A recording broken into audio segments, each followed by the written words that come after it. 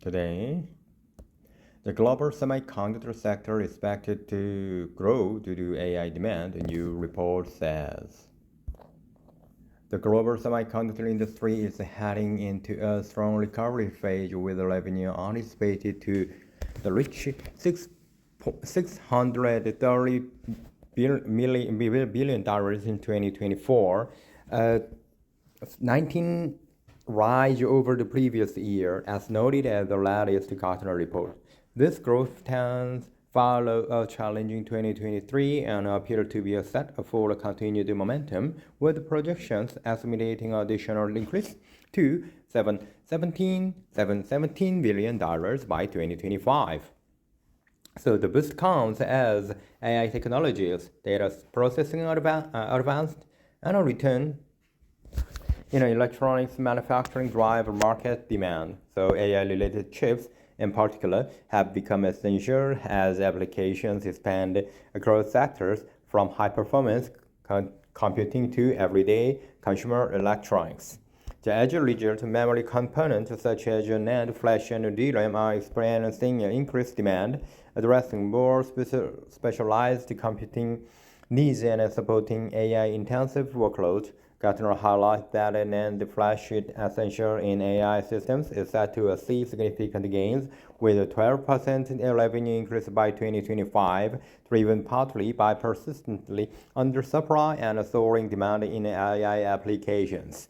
The demand surge is similarly the benefit GPUs, which are vital to AI development, particularly in model training and deployment. After experiencing a dip in 2023, the GPU market is expecting a rebound strongly and potentially growing by 27% in 2025 and reaching $51 billion. The specialized memory segment, especially high bandwidth memory (HBM), has been increased the investment to support the high capacity the needs of the modern AI hardware, with manufacturers scaling production and enhancing memory packaging.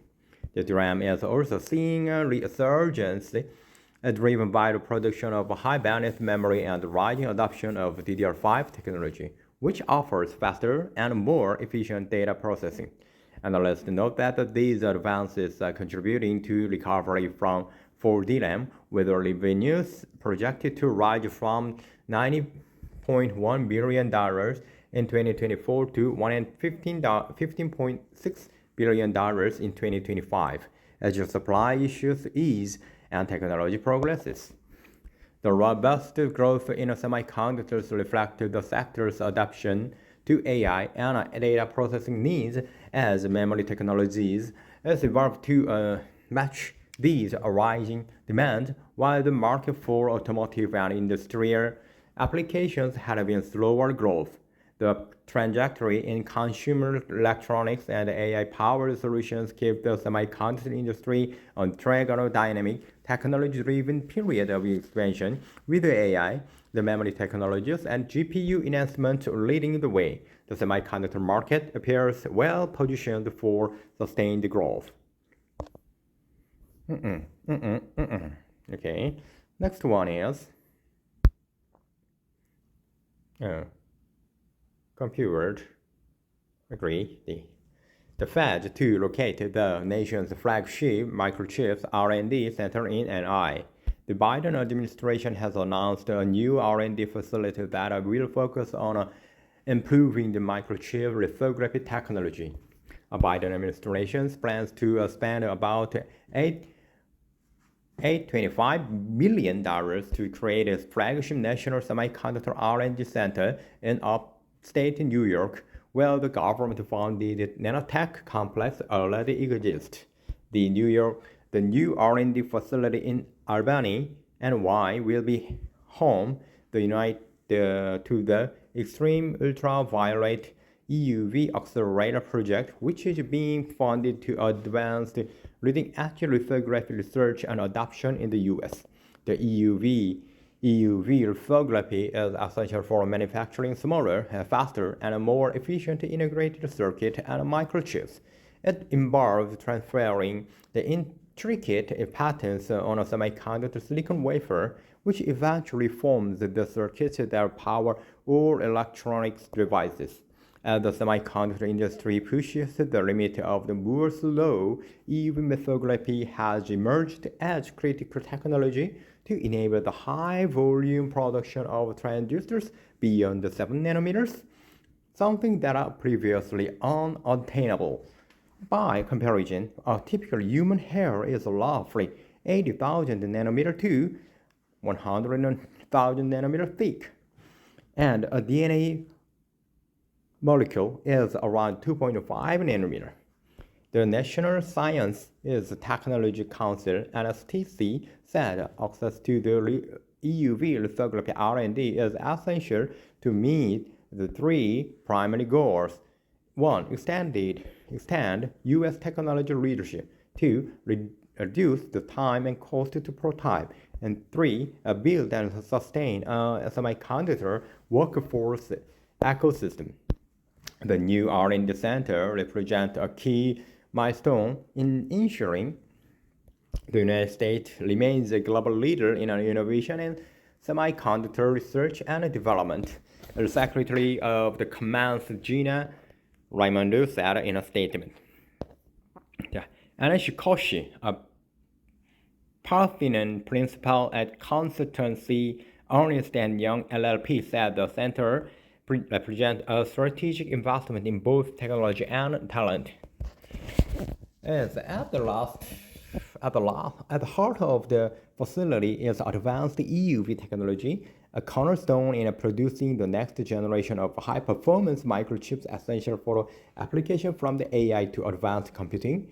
Koshi said, EUV technology has been largely concentrated outside of the US, and the hope is that having this technology on US soil, as combined with a collaborative research environment, will help American companies maintain their edge in designing next-generation chips.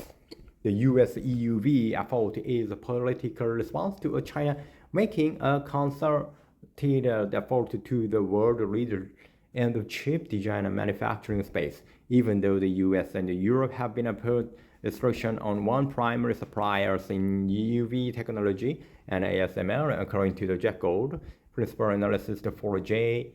Gold Associated.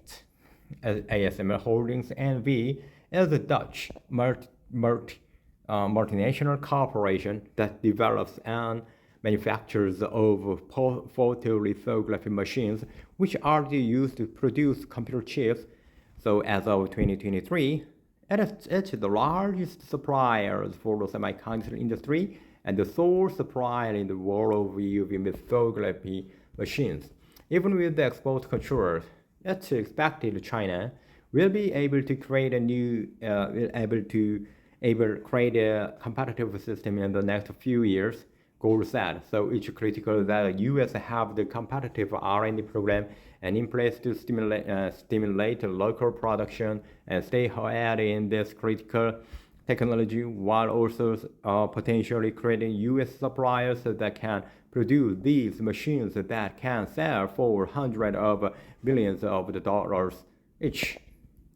So another semiconductor expert who asked not be named said that the EUV technology only affects a small number of companies such as TSMC, Intel, and Samsung, and SK Hynix, and Micron.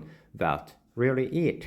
He said, the many more companies, however, will benefit indirectly, including fabless chip makers such as NVIDIA and AMD, networking providers such as Broadcom, wireless providers such as Qualcomm and MediaTek, and cloud service providers such as AWS, Azure, and Google Cloud Platform. Even internet service and equipment providers such as Meta and Oracle, and enterprise hardware market makers such as Cisco and Juniper could benefit from the new R&D center's potential innovations. They also said, there is an entire ecosystem that we expect will get excited about having the accelerator onshore and onshore, and very little to this ecosystem exists in the USA today, so much of this will be net new job creation, he said. There are very obvious national security implications in getting more Americans working on EUV challenges, so with benefit. the Department of Defense from a real resiliency perspective. Funded by the CHIPS Act to reshore the semiconductor manufacturing, the new research center's aims is to the united researchers nationwide to accelerate innovation in the field. The Department of Commerce and National Center of the Advantage of Semiconductor Technology, NETCAST, will oversee the facility. So the NETCAST was created under the CHIPS Act as a non-profit entity designated to operate the NSTC. The new center will provide access to the cutting-edge research and tools on the NSTC, which was just opened in Albany in New York, creates the Nanotech Complex. The complex opened last year. The NY creates the Nanotech Center in Albany.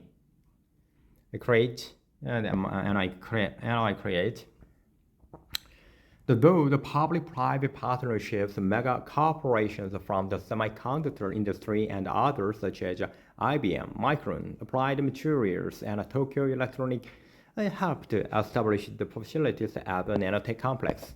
In August 2022, Congress passed the CHIPS and Science Act, allocating $52.7 billion to the Department of Commerce for the CHIPS for America program to enhance the U.S. semiconductor research, development, and manufacturing. About $11 billion of that CHIPS funding went forward to establishing several research centers, including the NSTC and the Nanotech Complex in Albany. With the CHIPS Act spurring them on, the chip makers such as Intel, Samsung, Micron, and TSMC and Texas Instruments are already building or planning to a number of new U.S. chip fabrication plants. Qualcomm, in a partnership with GlobalFoundries, also said it would invest $4.2 billion to double chip production in each Malta NY facility. To date, however, CHIPS Act funding has only been allocated, not distributed. There have been also been setbacks on fabrication and plant construction as workers to build and staff the plants are in short supply. NI operates a complex with 150,000 square feet of the clean room space and another 150 square feet and another 50,000 square feet of space under construction, staffed by the 750 scientists, engineers, and other staffers. The R&D facilities is partnership with more than 200 industry, academic, and international development facilities around the globe. Raymond said the CHIPS Act is building a resilient ecosystem that will power everything from smartphones to advanced AI, safeguarding U.S. national security and keeping America competitive for decades to come. The COVID-19 pandemic highlighted critical gaps in the semiconductor supply chain as imports to the U.S. and other nations ground to a halt, affecting the production of everything with electronics, from smartphones to cars. NI created is an Albany-based non-profit semiconductor R&D facility that works with the National Institute for Industry and Career Advancement, NIICA. And NICA's focus is building the national talent pipeline in the semiconductor and advanced manufacturing industry. So it is created the semiconductor and advanced manufacturing technicians are apprenticeship program, SAM-TAP. The NICREATE has been operating on an apprenticeship program.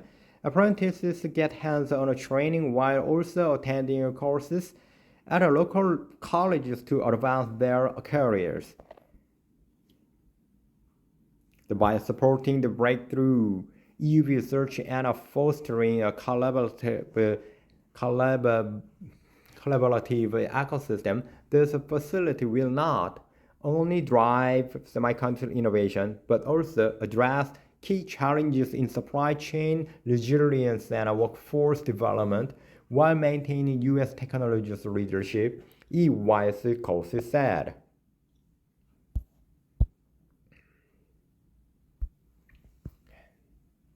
Next is the NVIDIA CEO asked SK hynix to bring forward the supply of HBM4 chips by 6 months.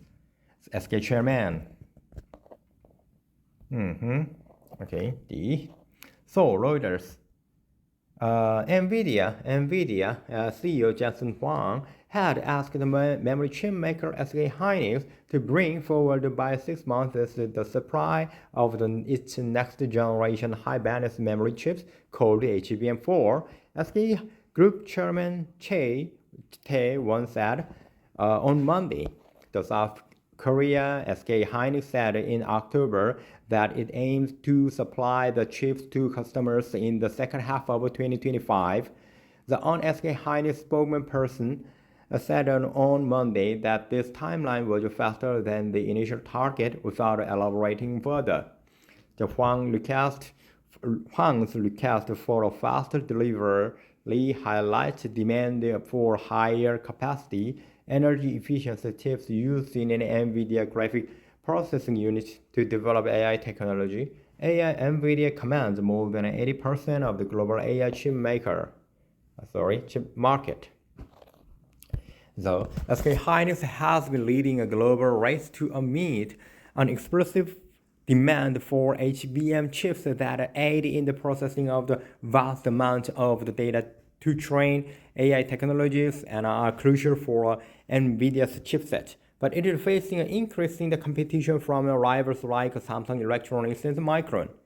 The SK hynix, which plans to supply the latest 12-layer HBM3E to an unidentified customer this year, also plans to ship samples of more advanced 16-layer HBM3E early next year. This its CEO Kwak No-jung said at the SK AI Summit 2024 in Seoul. The Samsung said last week that it was making progress a supply deal with an unidentified major customer after suffering from delays, adding that it was in talks with major customers to produce improved HBM3E products in the first half of next year. Samsung also plans to produce the next generation HBM4 product in the second half of the next year. Shares of SK hynix jumped 5.1%, while Samsung shares formed 1%.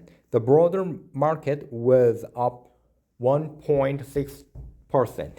The reporting, let's see, next.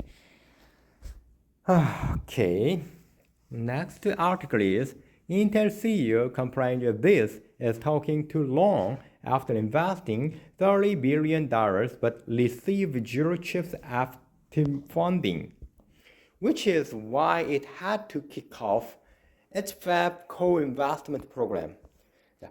Pat Gelsinger has expressed the frustration with how slow the U.S. Chips and Science Act is working. The Intel CEO was speaking in an interview with the executive editor of Yahoo Finance, Brian Such. Since the President Joe Biden enacted the law, Intel has invested over $30 billion in its US-based manufacturing facilities while receiving zero from the American government. We see the CHIPS Act as a critical thing that we have invested a lot of energy to, said Gelsinger. As we said on our earnings call, we are disappointed by the time it is taking to get it done. It is well over 2 years since the CHIPS Act passed, and over that period, I have invested $30 billion in US manufacturing, and we have seen $0 from the CHIP grant. This is taking too long. We need to get it finished.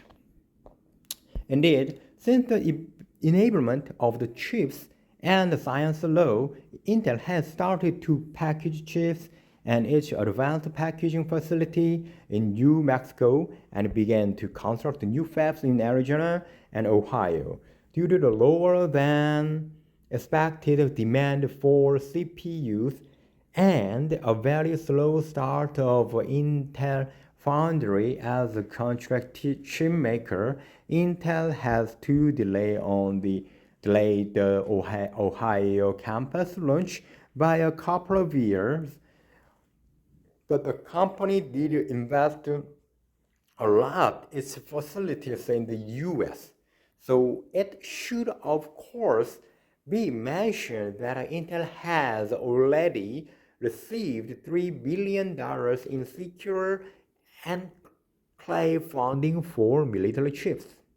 That said, we are working closely with the CHIPS office and constructively engaging with them to finish what we started, Gary Singer said. But I also want to point out that the CHIP Act contains the grants and the tax cut pieces, and the tax pieces are about 3 times larger than the grant piece of the CHIP Act. With that, we do see that continues as part of tax law as at this point. So we will see that we still see that benefits.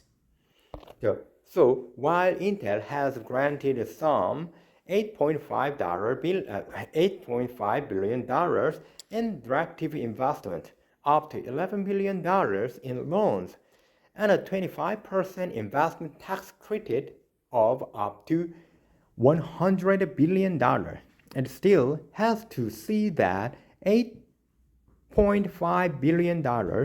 So as a result, Intel had to ensure that it could build its fabs even without direct funding from the US government. As a result, Intel kicked off its Semiconductor Co-Investment Program, SCIP, which in the case of its Fab 52 and Fab 62 in Arizona means that these production facilities will be operated by Intel. Well, 49% co-owned by Brookfield Asset Management. We have made sure that we have the financial structure that allows us to finish with and without a CHIPS Act dollars, said the head of Intel. We will make sure that we execute the strategy that we have laid out, but we do look forward to finishing what we started with CHIPS Act, the most important piece of industrial policy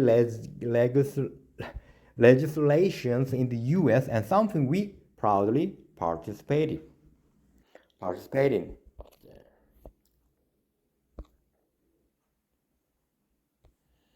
Next is,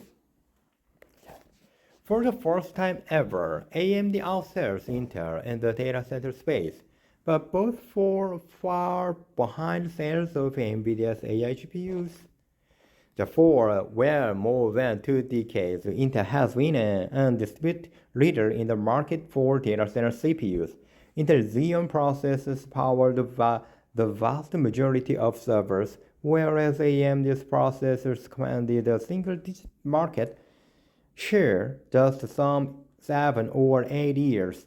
However, the situation has changed drastically, and while the Intel's Xeon CPU still power the majority of servers, and the most expensive machines now use AMD's EPYC processors. This is why the AMD's data center business unit now outsells Intel Data Center and AI Business Group, as observed by SemiAnalysis. Indeed, AMD Data Center segment revenue reached $3.549 billion in the third quarter, Whereas Intel's data center and AI group's earnings were $3.3 billion in third Q 2024, just 2 years ago. The Intel's DC AI group earns $5 billion to $6 billion per quarter. But as AMD EPYC processors has gained competitive advantages over Intel's Xeon CPUs, Intel has had to sell its server chips at significant discount, which has reduced the company's revenue and profit margins. It is noteworthy that as Intel's flagship 128-core Xeon 6980P Granite Rapids processor cost $17,800, making it the company's most expensive standard CPU ever. By contrast, AMD's most expensive 69-core EPYC 6978P processor cost $11,805. If demanded, Intel's Xeon 6900 series processors remains high and the company can supply these CPU in decent volumes, then Intel's data center revenue will likely get back to the on track and surpass and AMD's data center. However, Intel still has to ramp up the production of each Granite Rapids product, while both Intel and AMD now earn around $3 to $3.5 billion per quarter selling data center CPUs. NVIDIA earns much more than from its data center GPUs and networking chips, which are required to make AI processors working in concert in the data centers. In fact, sales of NVIDIA networking product totaled $3.668 billion in the company's second quarter of the fiscal 2025. Meanwhile, computer GPU sales reached $22.604 billion in second quarter the fiscal year 2025, which far surpassed the combined sales of Intel and AMD data center hardware. Altogether, the NVIDIA sold nearly $42 billion worth of the AI and HPC GPUs in the first half of this year, and it's likely that the company will sell even more data center processors in the second half. One more. Okay, SK Hynix discussion with Tesla for massive enterprise SSD order, worth up to around $725 million. Okay, Okay, Tesla reportedly approaches SK Hynix for massive eSSD order. Thanks to the explosive demand for AI chips, SK Hynix third quarter 24 profit surges to an all-time high. In addition, its dominance of the HBM and the Korean memory giant also seems to be secure another major order in enterprise eSSD, which are large capacity storage devices used in AI servers. According to the Korea Economic Airs, SK Hynix is reported in a discussion with Tesla the supply eSSD worth up to the 1 trillion KRW, around $725 million. The report noted that Tesla recently requested a large-scale and long-term supply of eSSDs from SK Hynix, citing the Tesla CEO Elon Musk's remarks. The report suggests that Tesla is investigating approximately $10 billion annually in the AI servers and semiconductors to enhance the AI technologies needs to autonomous driving humanoid robots. According to the Korea Economic Daily, the HDDs are what are commonly used as server storage devices. However, in the AI era, where the massive amount of the data needs to be processed quickly, the eSSDs have rapidly replaced the HDDs and compared to the HDDs, which use magnetic disks. So eSSDs are smaller in size, consume less power, and offer faster processing speeds. Citing information provided by Solidigm, the report notes that eSSD can reduce their electricity cost of 1/5 is the first over fee.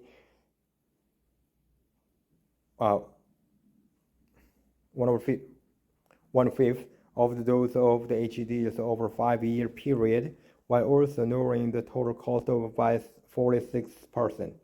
It's worth nothing as SK Hynix through its subsidiary Solidigm has developed in the industry's largest 60 terabyte eSSD. The product have reportedly has been supplied to several major tech companies. Tesla has also recasted a portion of it, according to the report. According to the previous report by the Joseon Daily, in August, the price for eSSD has surged over 80% due to the sharp rise in AI server expansion order. As a result, SK Hynix and Solidigm are expecting to scale up the production of the large capacity SSDs and using the QLC technology designed for enterprise use. The report indicates that SK Hynix posted a record-breaking figure in third quarter 24, including revenues of 17.7531 trillion won, an operating profit of 7.03 trillion won, with an operating margin of 40%, a net profit of 5.7534 trillion won, with a net margin of 33%. In particular, HBM sales showed excellent growth, more than 70% from 2024 and more than 330% from the second quarter 2023. However, the eSSDs are also playing a significant role in boosting SK Hynix earnings, as the third quarter of 24 eSSD sales account for more than 60% of NAND sales and increased by over 430% of year-over-year. According to TrendForce, the second quarter 24 already saw a significant increase in demand for enterprise SSDs due to the increased deployment of the NVIDIA GPU's platform and the rising storage needs driven by the AI applications, along with the surge in demand in the server branch and the demand from the North America CSP customers in third quarter 24 continued to rise, and the server branch show no signs slowing down their orders, further boosting their procurement volumes of enterprise SSD. Okay, thank you. Thank you for your time and see you next time.